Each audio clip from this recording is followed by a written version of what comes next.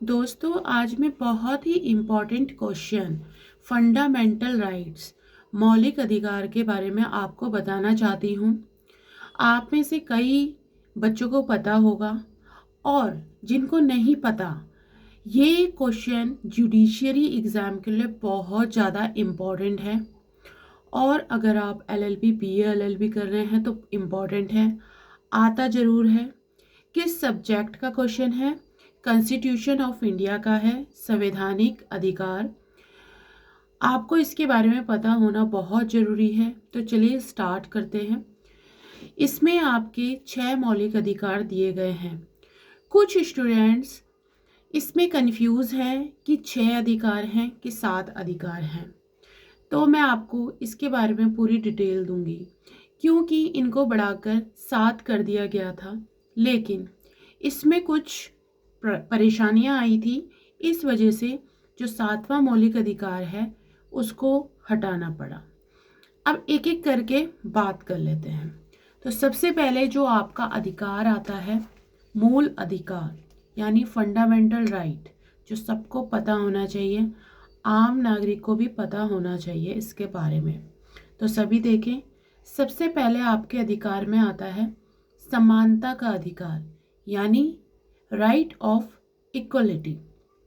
समानता का अधिकार यानी आप सोसाइटी में रह रहे हैं, सबको समान अधिकार प्राप्त हैं। कहाँ से? संविधान से। हमारे संविधान में दिया गया है कि सभी को समान अधिकार प्राप्त होने चाहिए। ठीक है, तो पहला आपका अधिकार आया राइट टू इक्वलिटी यानी समानता का अधिकार हिंदी में। सेकंड है आपका स्वतंत्रता का अधिकार। ठीक है, सभी को स्वतंत्र रहने की छूट है। राइट ऑफ फ्रीडम इंग्लिश में कहेंगे। थर्ड नंबर पे आपका आता है शोषण के खिलाफ अधिकार। अगर किसी का समाज में कुछ लोग मिलकर शोषण कर रहे हैं, षड्यंत्र कर रहे हैं, शोषण कर रहे हैं किसी भी तरीके से, उसको इंग्लिश में बोलेंगे against right to against exploitation. इसमें क्या होता है कि इसमें अगर किसी व्यक्ति का शोषण किया जाता है तो वो अर्जी डाल सकता है सुप्रीम कोर्ट में।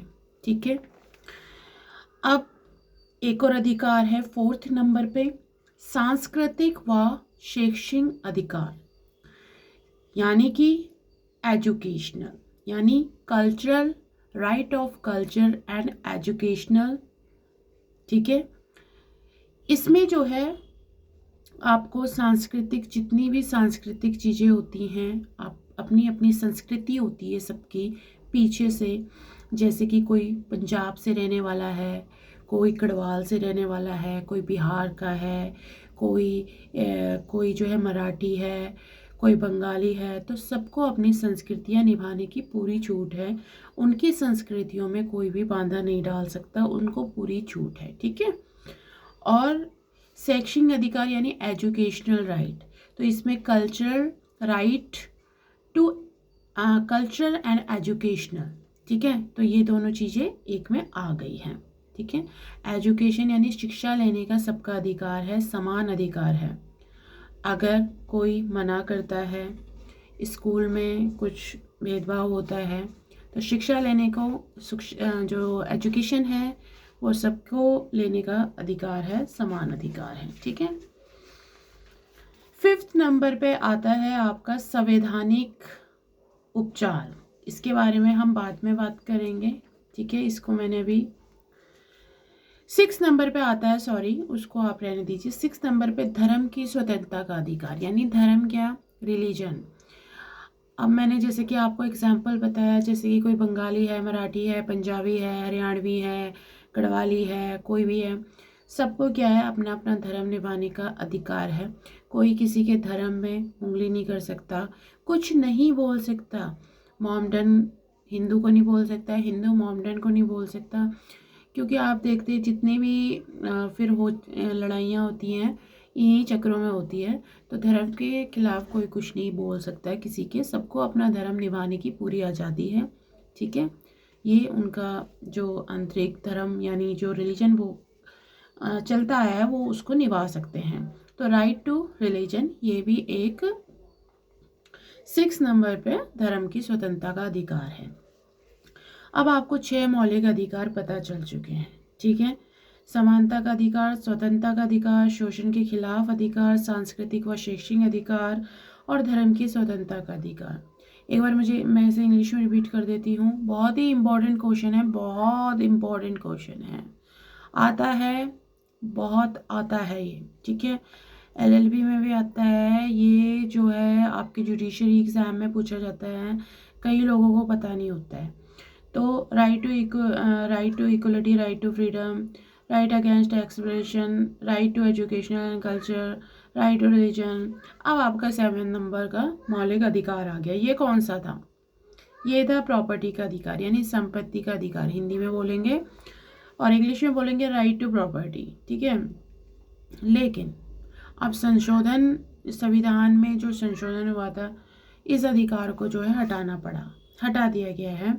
इसका रीज़न ये था कि अब गवर्नमेंट की जो ना जगह जगह जो है भूमि पड़ी हुई है। अब जो सड़कें हैं उनके किनारे पे आप कई बार देखते हैं कि अनअथॉरिटी जो इलीगल ज़मीन होती है उस पर लोग रह रहे होते हैं, बस्तियां बना रही होती है, मकान बना लिए होते हैं। अब क्या होगा कि अगर भूमि का अधिकार दे दिया गया तो भाई वो तो सबकी भूमि, वो रह रहे हैं वहाँ पे, ठीक है। अब तो ऐसे इस तरीके से सबको अधिकार देना पड़ेगा, तो गवर्नमेंट को ये नहीं होगा कि वहाँ पे बिल्डोजर फिरा सके या कोई रोड का वहाँ पे निर्माण कर सके या पुल का निर्माण कर सके, जिस योजना के तहत गवर्नमेंट काम करना चाहती है। तो संपत्ति का जो अधिकार है इस रूप में हटाया गया है, ठीक है। वैसे नहीं, जो मतलब जो है वो तो बना ही हुआ है, लेकिन संपत्ति का अधिकार इन द सेंस, क्योंकि इससे गवर्नमेंट को प्रॉब्लम हो रही थी, ठीक है। इससे सरकारी भूमि पर जो है गवर्नमेंट का जो है काम करने में फिर असक्षम थी, और जिसमें लोग जो है वो फिर ऑब्जेक्शन उठाने लगे। तो इस वजह से क्या हुआ, ये वाला जो ये राइट टू प्रॉपर्टी है, ये वाला जो अधिकार है, इसको हटाना पड़ा, ठीक है। तो ये हमारा जो है 7वां मौलिक अधिकार था जो जोड़ा गया था। काफ़ी स्टूडेंट्स इसमें कंफ्यूज रहते हैं कि 7 हैं कि 6 हैं। तो स्टूडेंट्स, अब आपके 6 मौलिक अधिकार हैं, fundamental rights, very very important question. And if you are giving LLB exam or BLLB exam or any type of judiciary exam, because of there are different category of judicial exams, अब मैं नहीं जानती आप कौन सा दे रहे हैं, पर ये क्वेश्चन बहुत ज़्यादा इम्पोर्टेंट है, ठीक है। इसको आप तैयार कीजिएगा।